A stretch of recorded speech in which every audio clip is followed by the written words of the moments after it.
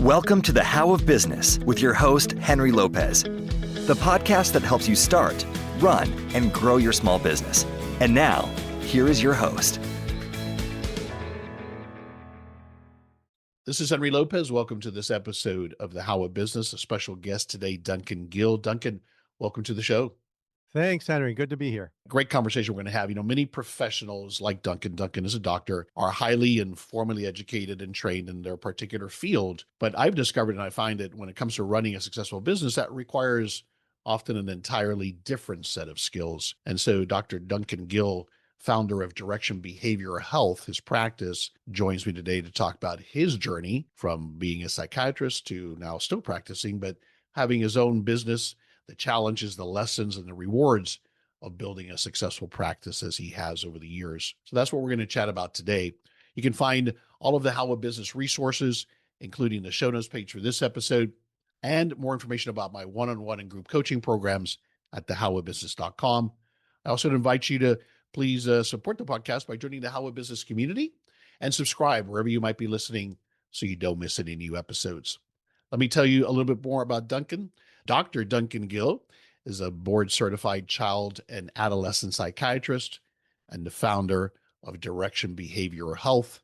Before founding Direction, he served as a staff psychiatrist with Community Council of Nashua's Child and Adolescent Program, and he also worked with the Southern New Hampshire Medical Center and New Hampshire's court system. Today, he leads a team that is dedicated to helping children, teens, and families through structured behavioral health programs. And so outside of work, he's enjoys playing the electric guitar. He's a musician and he plays in a band and he stays active through sports. And I've had the pleasure of serving as Duncan's business coach for 2.5 years. You've been dealing with me now, Duncan. Yes, I have. It's been a while. So Duncan Gill lives in the Nashua, New Hampshire area. Once again, Duncan, welcome to the show. Thanks, Henry. Let's start right off the bat. I always kind of want to explore the journey. Why did you want to become a psychiatrist? When did that come to you in your life? Probably conception. It's Really? It's a genetic illness in the family. Got a father who's a psychiatrist, grandfather, great uncle, sister. Wow. A couple great uncles, actually. Everybody else is a therapist. So I tried to escape. Actually, I really did try to escape, but I couldn't do it. And is that where the music comes in, or what else did you think you might do? No, I was pretty sure I wanted to be a doc. You did? But Okay. music runs in the family too. I see. Well, I didn't know that you had so many people in the mental health industry in different spaces, but that's fantastic. Why the focus on children and adolescents? I actually was in residency in my last year of adult psychiatry and really had a single day epiphany. Actually, I remember being in the office and thinking about the next patient and thinking about the following year and realizing I kept looking forward to the younger patients, particularly the adolescents. And I thought about it a little bit more, and I find it fun. I find them funny.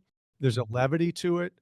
There's a malleability to teens that adults really don't have. And I can kind of act like a kid and still get paid for it. Yeah, that's fantastic. That's wonderful. And did you think early on that you wanted to have your own practice? What were your thoughts? No, I don't think so. I went and worked at Community Council of Nashua, which is a large organization serving primarily Medicaid population. And I figured I'd just be employed either at a hospital or a center like that and clock in and out and enjoy my psychiatry. And that would be my career. And so tell me the story of what leads to starting Direction Behavioral. So it was great for about 2 years. And I was there a total of 4. And I realized increasingly I didn't like doing things the way other people wanted me to do them, and found myself embedded in a large bureaucracy with all kinds of regulations and some wonderful people, but also some people who I didn't think had ideas in the best interest of the patients who didn't have the best ways of doing things. And I constantly had more and more patients put at me. I had to sign documents I really didn't feel comfortable signing. And I was concerned about liability at some point, but I looked around, and doctors tend to be followers, and it's very tempting just to go with the flow. That's what you've been doing since med school, essentially, is just sort of following a track. But I started stepping outside and say, how come nobody else is concerned here as to what we're doing, and how come nobody else doesn't like being told what to do? So I started thinking about opening up this model that I currently use, which is intensive outpatient program. It's a model during residency I really enjoyed. It really it's a combination day treatment of several hours per day where kids come in and we do group therapy and we do medication management. We do parenting groups, and it's all encapsulated in about 6 hours in the day. And moving to New Hampshire, there were no programs like this. I see. So I probably would have joined one, but there weren't any. So that coupled with wanting to do things my own way, I met one of the therapists who brought a kid in and we started talking, and he had similar aspirations to do his own thing and frustration with bureaucracy. And we said, hey, let's go ahead and do this. So So he was your partner initially? he was my partner. I actually had 2 partners initially, and both unfortunately have passed since, Right. both pretty young. So now I'm a sole proprietor essentially. But yeah, the 3 of us got together, and all 3 of us wanted something more. And as much as I like the psychiatry, I also was sort of interested in a new challenge, having, by then done it for, including residency, 8 years or so.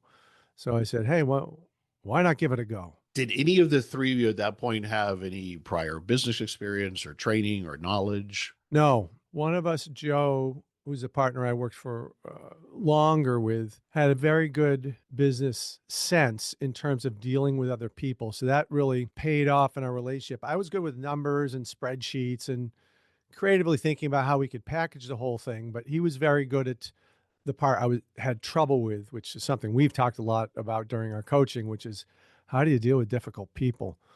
Which is sort of ironic because that's what I do on a daily basis, but it's a lot Yeah, different. but in a Yeah. different setting, right? It's a little different when they're your employees or your contractors. Very different. So we said, "Hey, let's just go give this a go." Early on, when you think, well, first of all, I'm always curious when it's partnerships. Were the three of you three-way partners, or was there somebody who was a a majority partner? Yes, I learned a lot about partnerships as well. And it's interesting, our attorney, this was years later, but I had a discussion with him and he said, "Yeah, I'd never open up a business with a partner because even if you get along great, somebody gets sick or somebody gets divorced or things you can't predict." And it was really nice in the beginning, but we ended up having differences. One of the partners who ended up essentially being bought out, and then Joe got his health issues. I would say it really was helpful in the beginning, but partnerships are difficult as well.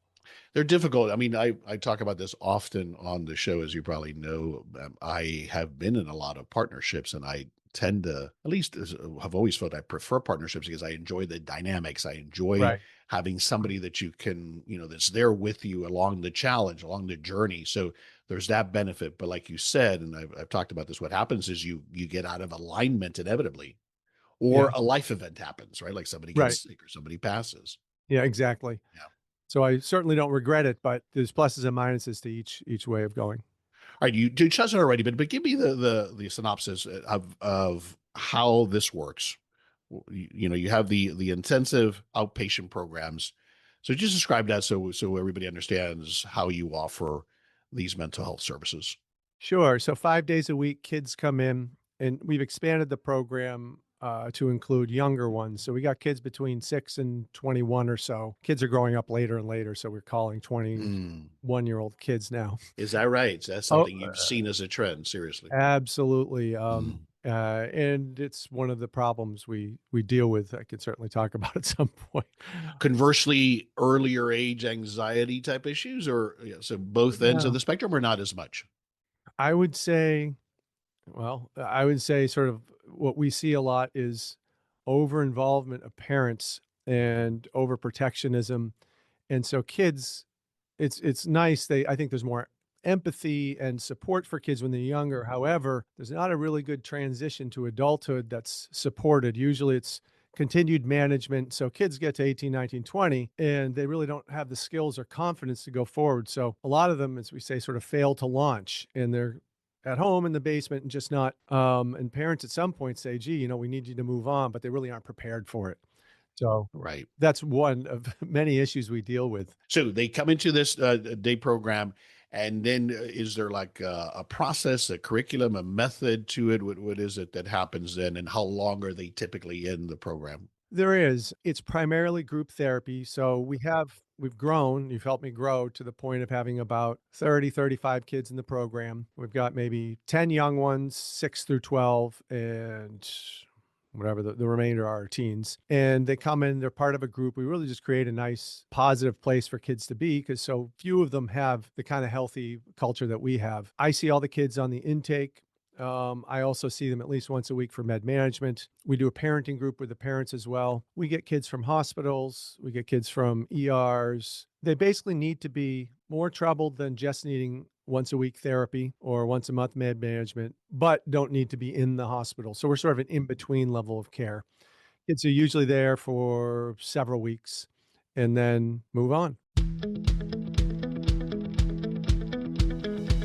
This is Henry Lopez with a quick message about our show sponsor and trusted service partner, The Franchise Guide. Giuseppe Grammatico is the Franchise Guide, and he provides expert consultation services to help you find the right franchise small business. If you are considering a franchise business, I recommend consulting The Franchise Guide. Giuseppe is a franchise veteran who simplifies the process of franchising and excels at guiding his clients to the franchise model that best suits them. He helps people like you find flexibility and freedom in their lives through franchise business ownership. And as your guide, he will help you answer any of your questions about franchises. Once he gets to know you and what you're looking for, he creates your own personalized model and shows you which franchise opportunities are a best match for your needs and preferences. The best part? It's all free. There's no catch. Like with real estate or business brokers, Giuseppe's fees are paid by the franchise company. So if you're interested in a franchise business, take the first step and schedule a free, no-obligation call with Giuseppe. To learn more and to schedule your consultation with the Franchise Guide, please go to the show notes page for this episode at thehowofbusiness.com. There's also a link to the show notes page in the description of this episode. When you think back to those early days, what do you remember as one of or two of the biggest business challenges, things you really had to figure out and learn that you didn't anticipate going into it? Yeah, the big thing is people and how different it was from dealing with patients, parents right off the bat, hiring the right people, but also learning how to work with them in a way that's very different from a friend or a doctor-patient point of view. But becoming a manager, I really leaned on Joe a lot because it involves being in the healthcare profession really attracts people who are agreeable. One of the things I'm good at is, as we've talked about, getting along with people and finessing relationships and finding consensus. You can't do that all the time. You can't run a business that way. It doesn't work out over long term. So I had to learn how to step back and be a manager and not just be friends with all my employees, which is the seduction for me. Yeah, no, and that's such a hard thing for any small business environment because you do get to know these people very well and they become friends to some extent. But I always think that you have to have that boundary there. But I think also what can happen is that you try to save people, but sometimes people is just not the right fit for them, right? And they have to go. And that's a hard thing to come to a decision on. So there was the early process of just having a small team, figure out how to work with partners, how to work with secretary, other mental health providers. So I got decent at that. And then when I started working with you about 2 years ago, I really wanted to expand the business and practice and delegate more. And that was a whole nother wave of another skill set, managing people who manage people. Right, exactly. Exactly. And having to let people go and probably miss hires, but also not monitoring. I was actually good at delegating. That was actually easy for me. I wanted to do it, but I delegated without supervising early on in this transition and learn everything. Every day is a learning day, essentially. Yeah. Of course, most of your revenues come from insurance reimbursements, correct? That's right. And so that and in managing that has been quite a learning experience in and of itself. Yeah. It really has. And I would say that actually is an extension of managing people to some degree because we've worked with billing companies, we've worked with people in-house who've billed, and actually the billing companies were much harder, but that comes down to an assertive requirement as well to go to a company and say, to monitor them, which I made the mistake of not doing well, and then stepping in and saying, hey, this isn't working out. What are we going to do about it? Which I could have been more assertive about early on. So to me, that sort of falls into the same category as dealing with difficult people. Right. Yeah. But it also touches on your point about delegation and not having a verification process, an audit process. I Right. think what you've learned tremendously is that need to nonetheless identify what you still have to have your finger on the pulse of. And certainly the flow of money through the business is critical. Yes. Yes, exactly. And as I get farther away from it, delegating more it becomes more important. I I could have been monitoring it better right from the beginning, but I could get away with it more when the practice was smaller and fewer employees. And but as it grew, it became increasingly important. This whole monitoring process and KPIs and that kind of thing. Exactly. Exactly what you're doing so well now. What do you think makes you a successful psychiatrist? I'd say ability to see people's points of view and be agreeable and make relationships with all kinds of folks, find things I like about people, get people to like me, not in so much a manipulative way, but I sort of a natural way. So I would say that above anything else, being able to connect with kids. Yeah.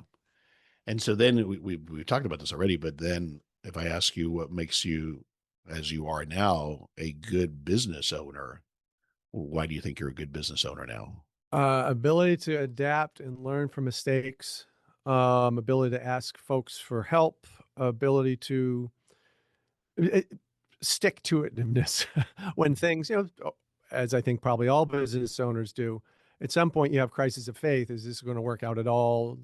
Money wise, employee wise, even the state of the healthcare system, if that shifts, you have to adapt. So a willingness to adapt and a confidence that we'll figure it out somehow. Yeah, and you also you've taken some bold, relatively bold, I think, not risks, but well, I call it risks as you have expanded. You took on more space, you took on then even more space, and so those were scary things to make a decision on. But obviously, that's what you have to do as a business owner is you have to kind of predict the future and move forward in confidence if you're going to grow a business. Yes. And I've found that usually my gut's right about most of these things, and things which I find inspirational are usually the right way to go. A lot of chances I've taken, and we've talked about chances I have turned down probably wisely, but typically, if it sort of raises my pulse a little bit and gets my interest, it's worked. It's just like launching the business. Mhm. And one of the great pieces of advice you gave was I was looking at this other space, which is twice as big, and there was a basketball court and all kinds of stuff, which was really a crazy thing to do from a standard medical person turned business owner to do. I said, "Hey, I'm thinking about this." Sure, you're going to say, "Hey, that's a really crappy idea." And you said, "Oh, you're inspired. The team's inspired. Go for it." And that sort of just reinforced. Typically, gut leads you good places as long as you can pause a minute and say, "Hey, wait, what are the real risks?" Exactly. Analyze it, put some numbers to it. I'm definitely in that direction. But I think what probably struck me then is that if nothing else, a business that you're running and putting in all this effort and energy into has to be fun. It has to inspire you. Yeah, Otherwise, what the heck are you doing, right? You can go get a boring, non-inspirational job if you wanted to. So a business needs to give us that, I think. absolutely. It makes employees happier. It makes me happier. I enjoy coming to work. And that's what owning my own business has Yeah. done. So Well said. I've always observed, and tell me if I'm seeing, I think you found this as well, and with your partners as well, that in your case in medical school, there's very little on the business side of training or education. But what did you get? I mean, you attended Harvard for your undergrad, correct? So yep.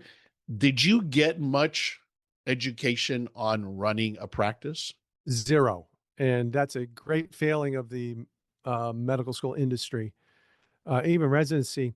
And that's why I think a lot of doctors end up stuck in machinery Hmm. and hamstrung in a lot of Yeah. ways. But no, there's zero talk about business, how to run a practice, even thinking about money. When I applied to residencies, one of the residencies, and these don't necessarily translate exactly what the undergrads are like, but I got into Yale and I got into UConn, and I interviewed at both. And I asked one of the questions I had was that UConn paid significantly more for residency, and docs don't make a lot during residency, so it made a difference. So I asked the Yale folks, I sort of brought it up, the elephant in the room, and was sort of looked at as if I were crazy by the residents and said, it's what are you worried about It's money for, Yale. Yeah. basically? It's Yeah. Yale, exactly. And yeah, there's not a good And common it's that mentality. sense understanding It of doesn't, money. it Yeah. shouldn't surprise me because I talk about this often that in any educational path from, primary school on to secondary and university, it really is a system that's still designed to create employees. And it's the same thing for Right. professionals as well. Right? Yeah, that's exactly Yeah. right. Music. So it's a big part of your life. I'm always curious for people who are musicians, how that influences either your practice, your business sense. Is there any of that that you think helps you and how you think? Yeah. Well, it's a creative pursuit. I like making music as well as performing it. I would say there's a number of different ways it helps. One is it's an outlet. Mm. So I think everybody who owns a business, everybody should, but you need an outlet, a creative outlet. The actual performance side of things, I think really helps in being a CEO, being used to standing in front of people, being used to the spotlight being on you, having a little bit of stage presence has helped both with don't seeing kids, but also with working with employees and being a Yeah, boss. and leading groups Um, and that type of, especially. in leading groups. It's helped me. One way it's helped is it allows me to connect with kids Mm. who, during the initial intake, you need something to hook them. And if I can find some way to connect with them, and it's usually sports or it's music. But when you can start talking about music, they say they play guitar. You say, "Oh, what kind of amp you have?" That sort of piques their interest a little bit. So yeah, it's been useful in lots of sort of ways that in that Yeah, respect. brilliant, brilliant. I've always believed and look at that starting a business or practice, whatever kind of business, is a creative endeavor. We're creating this thing, we're putting it out there into the world, and it can be rejected or accepted, not unlike Yeah, getting up on yeah, stage, right? So there's a lot of similarity there. So that helped you, like you said, and not only at a micro level, but at a higher level to say, I'm okay. I find it that's often what holds people back is they're afraid of the rejection of yes. whatever it might be, either because I'm going to go pitch somebody to generate referrals or I'm going to start the business. And that helped you with overcoming that. It did. Yeah, that's a great point. It helped me with being okay with being embarrassed in front of Love it. people Love sometimes. it. I Yeah. just listened to a podcast with Scott Galloway. I follow him, and he was talking about that one of the key things that young people need is to learn to hear the word no. And it's probably ties to what you're talking about as well. Yeah, To hear that word no often and early, because learning to deal with rejection is a key to success in anything in life. absolutely. All Absolutely. right. You touched on it a little bit, but what do you enjoy most now? You've owned the business for how long? The practice for how long? 18 years. What do you enjoy the most about it now? Oh, I love sitting around with Val and Aaron, who are senior therapists with me and leadership team essentially, and throwing around ideas like, hey, let's get a big space. Hey, let's start a podcast. Hey, let's create a school, which is really on the list. Hey, why don't I just go ahead and get a studio, a music studio? I can do podcasts there and then moonlight and do music. This whole idea of being able to do lately we talked about getting a farm, and I haven't, you haven't addressed that No, with not me yet, yet. but I'll put that might on be a the little list. premature, but just the ability, the independence, the power to come up with ideas and give it a shot, and some of them will work out. Yeah, you get to experiment, you get to explore. But Yeah. of course, the beautiful thing about what you do is you're having an impact on young people, and I don't Yes. know on everybody, but everybody in the family. But that's got to be very rewarding. Oh, You know, I was going to say the other thing is being able to do this job of being a psychiatrist the way I want. I'm able to take things which I think don't have value, like long, inane meetings, and say, we're just going to have the smallest one possible. But usually, if you work in a system, everything's prescribed. But to be able to cut out the stuff which doesn't make any sense and focus on things which does to me is huge. that's fantastic. The other thing you've done so well is you've built a business that allows you to step away from it, not just in the endeavors of music and so forth, but to travel and to take some time away.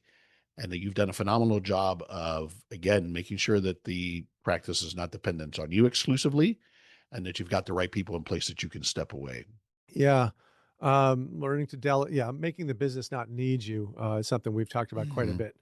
Still working at it, but getting closer. Yeah.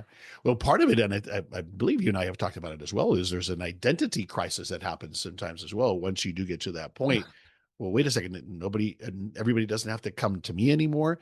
So what do I do now? Right. So there's some of that that comes into play. Is that fair, Duncan?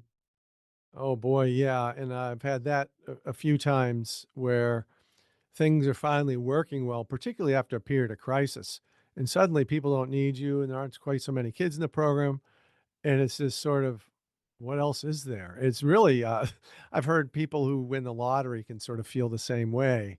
Yeah, Yeah. I've had it's clients and even disconcerting. partners that when Yeah, they'll sell a successful business, then it's like, okay, that was my identity. Now who it am is. I? Yeah. Yeah, A lot exactly. of it speaks to though the well-roundedness of having other interests, like you said, and that's one of the things that music and everything else that you're involved with does for you. You're not just, Dr. Duncan Gill of Direction Behavioral. You've got other interests as well. Right. It's a balance that I still have to it's still striking. So it's easy to sort of fall back in the trap, but to continue to remember this isn't everything. Right. You have to have other interests and Right. If there's a young professional, maybe they are at that job that you were at, and they're thinking about starting their first practice, what advice would you share? When I'm sure you probably get asked this question, but what's typically your advice to them? do it. um, you have to plan, but I found it so freeing. And in this field, I was told by our CEO there essentially, I don't, it's not going to work. Basically, you're going to fall off the end of the world. Yeah, the liability's too high. You, how are you going to take care of the taxes and accounting and just stay with us? And that's probably not that unusual for a place trying to keep employees. However, for folks who've gone through medical school and really used to just sort of following a line, it takes a lot to sort of break out of that mindset. So definitely do your homework and think about it. But I really would encourage more physicians, caregivers to start looking at ways they can go their own way rather than just follow the herd, Yeah, essentially. yeah. A couple things there that you touched on, but one is that, of course, you got to be careful who you're getting advice from, right? That person who Yes. told you that probably had never started a business themselves, so they're Right. projecting onto you to some extent. Yeah? Not Exactly. not only are they also wanting to keep you as an employee, certainly, Right. so they're trying to scare you. But the other thing I got to think comes into play is the mindset of, boy, you've spent all of these years in schooling, you've accrued a certain amount of debt. You just Right. want to make some money, right? So the thought of now Right. investing even more to start a practice, that's daunting. It is. It's a risk, and that's probably part of the reason more physicians don't do it is, yeah, they've accumulated quite a bit of debt, and they just wanna make sure they can pay it. However, no risk, no reward. Exactly. And at some point, yeah, I just got sort of bored with it. Willing to worst case, I can find a job someplace else. Exactly. Exactly. That's such a great point I always make is what's the worst case scenario? Right. Yeah, you've got to have even some more debt, but probably nobody's going to starve and you're going to be able to get a job if that's what you need to do. All right, Right. we've talked about direction behavioral health. I think we've explained pretty well what you do. You serve people in that New Hampshire area where you're at now, correct? Is that primarily where patients come Correct. to you from? Northern Mass as well, but New Hampshire, Northern Mass. And what's the website that people can go to learn more about it? www.directionbehavioralhealth.com. And I'll have that link on the show notes page for this episode as well at thehowofbusiness.com. I'm always looking for book recommendations. Is there something that comes to mind that you would recommend? Sure, and it may sound sort of standard, but for a guy who came from, again, a medical background, the E-Myth and Traction, it's almost the content to some degree is almost less important, but it's the way of thinking about it, and we use sort of Traction as a model here, but I think probably other ways would work as well, but just starting to define the various areas and have regular meetings and think about it from a business point of view is, again, just a different way of thinking. So that reason, those were very helpful for Yeah, me. those are two seminal books. E-Myth is the number one over 10 years that I've been doing this podcast now, number one recommended book. And I recommend it to everybody. I think it's a must read. It's really, if you've ever heard of the concept of working in versus on your business, Mhm. that's one of the key concepts that came from there. But was that one of the key takeaways for you when you read it? Absolutely. Absolutely. And how to, I remember certain things like finding the functions and assigning every box gets a person. Hmm. All the functions need to be split up and decided, and everyone needs to own it. So lots of things like Yeah. that. Yeah, and it's interesting because in the original version, I think it was she owned the character that he was consulting on their bakery or something. So That's right. but it translates to that whole concept of he talks about if you go into business as the technician, which is Right. completely appropriate to a medical professional, then you think you're the one that you can't Right. possibly grow a practice and because you have to deliver the service, right? You can't Right. possibly grow beyond you, but it can be done. And that's a big limiting factor, I think. Traction gives you that operating system that's so essential. Right. That's another very popular book. I had the pleasure of having Gino Wickman, the author, on my Mm. show a couple years ago. So those are two great books. Thank you for those recommendations. I'll put those on the show notes page as well. All right, we'll wrap it up. Duncan, what's one thing you want us to take away from this conversation? If we look at it from a business perspective, especially in this arena of professionals starting a business, being successful, what's one or two things you want us to take away? Sure. I can speak particularly to folks in the healthcare industry going for it, that having been sort of my background, but going for it, really preparing and realizing you need to learn a new skill set and embracing that as a challenge and something that can be enjoyable. It's to some degree seeing the kids and parents right now is the easy part for me. It's the business management that's currently the challenge, but boy, does it give me a sense of purpose every day. So I would encourage folks to explore other opportunities, to explore going their own way, and get a business coach, get some people who you rely on to give you some sound outside advice.